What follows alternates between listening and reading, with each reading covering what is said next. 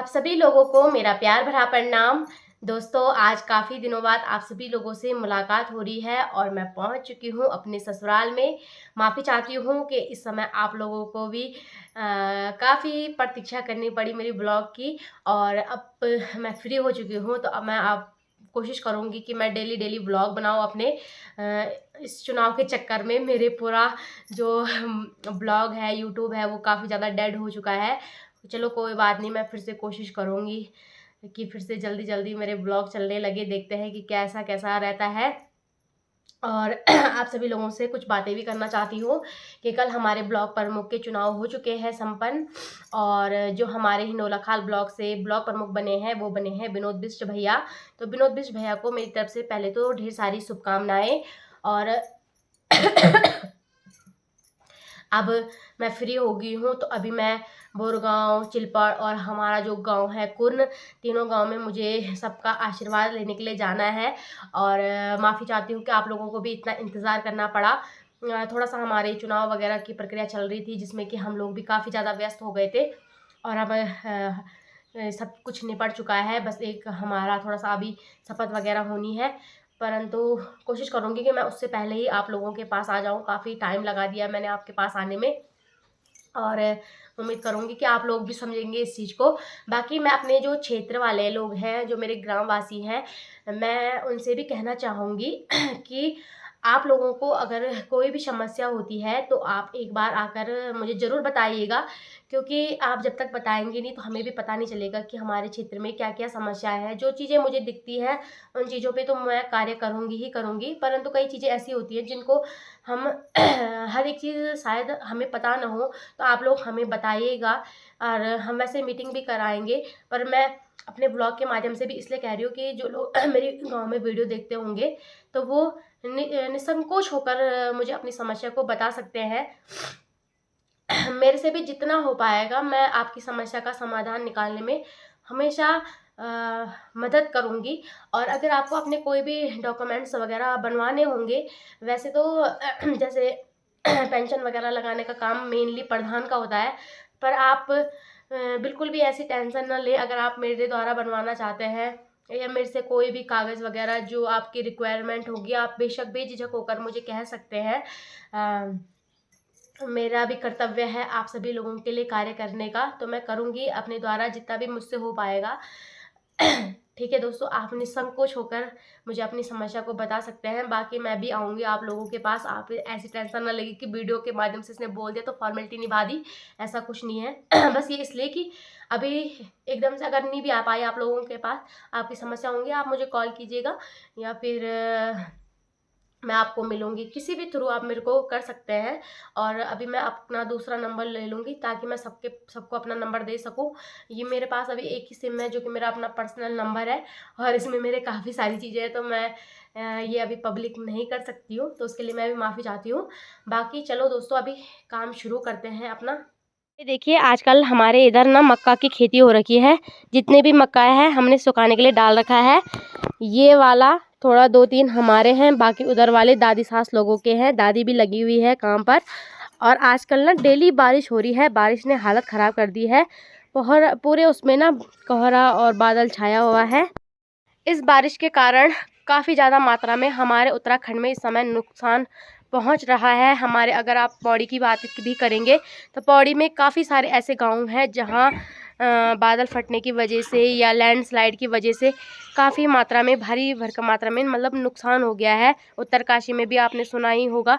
तो भगवान से प्रार्थना ही करेंगे कि अभी ये बारिश वारिश सब कुछ रुके और सब कुछ जो भी जन धन की हानि हुई है वो सब कुछ ठीक हो जाए। मतलब अब जो लोग चले गए हैं तो उनका तो हम केवल उनकी आत्मा की शांति के लिए प्रार्थना कर सकते हैं। बाकी जो लोग हैं अभी सभी लोग बस सेफ रहें, सुरक्षित रहें। और अगर आप लोग उत्तराखंड में अभी ट्रैवल कर रहे हैं कोई भी, तो अपनी यात्रा को अभी आप लोग स्थगित कर दें, क्योंकि इस समय बिल्कुल भी सेफ़ नहीं है उत्तराखंड में यात्रा करना। और यहाँ पे देखिए, मेरा जो भी सामान पूरा ना अस्त व्यस्त हो रखा है, मैं इसको भी सही से लगा देती हूँ। तो चलिए फटाफट से कार्य शुरू करते हैं। काफ़ी समय से ना मेरे कपड़े गुंजी मुंजी हो रखी सबकी, तो सही से सबको सेट कर देती हूँ। आज मैं फ्री हूँ वैसे भी घर में, तो पहले आज मैं यही कार्य करती हूँ। तो दोस्तों यहाँ पे देखिए ये मालाएं मुझे आज दिख रही हैं और ये मालाएं ना मुझे उस दिन मिली थी जब हम चुनाव जीत कर आए हुए थे। टोटल मालाएं हो गई थी मेरे पास 1 2 3 4 5 6 और 7। ये सातों की सातों मालाएं ना जो हमारे ग्रामवासी हैं उन्होंने मेरे को पहनाई थी।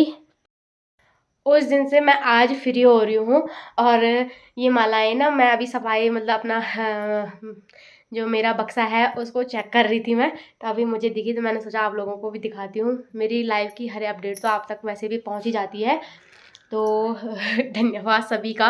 गांव वालों ने बहुत ही अच्छे से हमारा स्वागत किया, सभी लोगों ने, और काफ़ी ज़्यादा अच्छा भी लग रहा था उस दिन। वो फीलिंग ही कुछ और थी।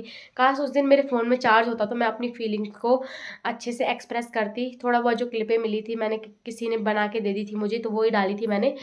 बाकी वो खुशी ही कुछ और होती है जीतने की। बाकी ये मालाएं मैं संभाल के रख देती हूँ फ़िलहाल। तो दोस्तों इसी के साथ समय हो गया है 12 बजे का। फिर से बारिश लग गई है और बारिश ने ना इतना ज़्यादा परेशान कर दिया कि मैं क्या ही बताऊँ। यहाँ से चलते हैं अंदर के लिए। यहाँ पे मैंने चावल भी बना दिए हैं और यहाँ पे देखिए कल जो हमने वोट दिया था। आप सभी लोगों को मेरा प्यार भरा प्रणाम। मैं हूँ नवनिर्वाचित क्षेत्र पंचायत सदस्य ग्राम सभा कुंड से तनुजा। जैसे कि आप सभी लोग जानते हैं कल 14 तारीख को ब्लॉक प्रमुख के चुनाव संपन्न हो गए हैं। तो इस समय हमारे हिंडोला खाल ब्लॉक से जो ब्लॉक प्रमुख बने हैं हमारे, वो बने हैं विनोद बिष्ट भैया। तो विनोद बिष्ट भैया को मेरी तरफ से ढेर सारी शुभकामनाएं और आशा करती हूँ कि आप हमारे जितने भी बीडीसी मेंबर हैं सभी को उनके क्षेत्र के विकास में सहयोग प्रदान करेंगे। इसी के साथ मुझे एक और बात कहनी है कि कल मेरे फोटोज़ और वीडियोज़ में काफ़ी सारे कमेंट आ रहे थे कि आप तो कह रहे थे कि मैं जीतने वाले पक्ष के साथ जा रही हूँ और मैं जीतने वाले को ही अपना वोट दूंगी, बट आपका जो वोट है वो हारने वाले के साथ गया है। तो मैं इतना ही कहना चाहूँगी कि मुझे इस बात का बिल्कुल भी गम नहीं है कि मेरा वोट हारने वाले पक्ष के साथ गया, परंतु मुझे इस चीज़ की खुशी है कि मैंने कम से कम किसी के साथ गद्दारी नहीं करी। और जो लोग आज गद्दारी कर रहे हैं कल वो अपनी जनता के साथ भी गद्दारी करेंगे। और मेरा वोट जहाँ भी गया, पहले दिन से मैं जहाँ थी अंतिम समय तक भी वहीं खड़ी रही। ना ही मैंने किसी को झूठे आश्वासन दिए, ना ही किसी के साथ गद्दारी करी। मुझे इस चीज़ की खुशी है। और रही बात हार जीत की, चुनाव है, हार जीत एक की हार एक की जीत निश्चित है। परंतु जो लोग आप कमेंट करते हैं एक बार पहले सोच तो लिया कीजिए। और जो मेरे अपने क्षेत्र के लोगों के साथ प्रॉमिस किया है वो तो मुझे जैसे भी करके मैं पूरा करूँगी। मैंने करना ही अपने क्षेत्र के लोगों के लिए। रही बात प्रमुख की, तो जो जितना बजट गांव के लिए आता है वो तो आता ही आता है।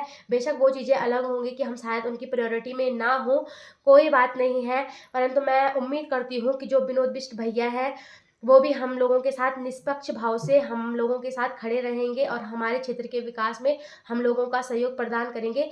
क्योंकि ये सब चीज़ें 5 साल का खेला मेला है, उसके बाद आना फिर हमने इस जनता ही के पास है। और ये जनता ही जनार्दन है। आज जिसके लिए हम लोग खड़े हुए हैं, जिनके जनप्रतिनिधि बने हैं, इन्हीं के पास हमने दोबारा 5 साल बाद फिर से वोट मांगने के लिए इन्हीं के पास जाना है। और मैं चाहती हूँ दोस्तों जिस हिसाब से मेरा ये पहला चुनाव था, पहला एक्सपीरियंस था, जिस हिसाब से मैंने देखा कि ब्लॉक प्रमुख के चुनाव जिस हिसाब से होते हैं, मैं पर्सनली ऐसा चाहती हूँ कि जो ये ब्लॉक प्रमुख के चुनाव है ये भी जनता के द्वारा ही किए जाए, जिससे कि जनता को भी ये ना लगे कि जो हमारा जिसको हमने अपना जनप्रतिनिधि बनाया है उसने हमारे साथ गद्दारी करी या उसने अपना वोट बेच दिया। उनके मन में कोई भी ऐसी भावनाएं ना आए। इसलिए ये मेरी पर्सनली वो है कि जो ये ब्लॉक प्रमुख के चुनाव है ये भी जनता के द्वारा होने चाहिए। बाकी आपको क्या लगता है कमेंट करके ज़रूर बताइएगा। धन्यवाद।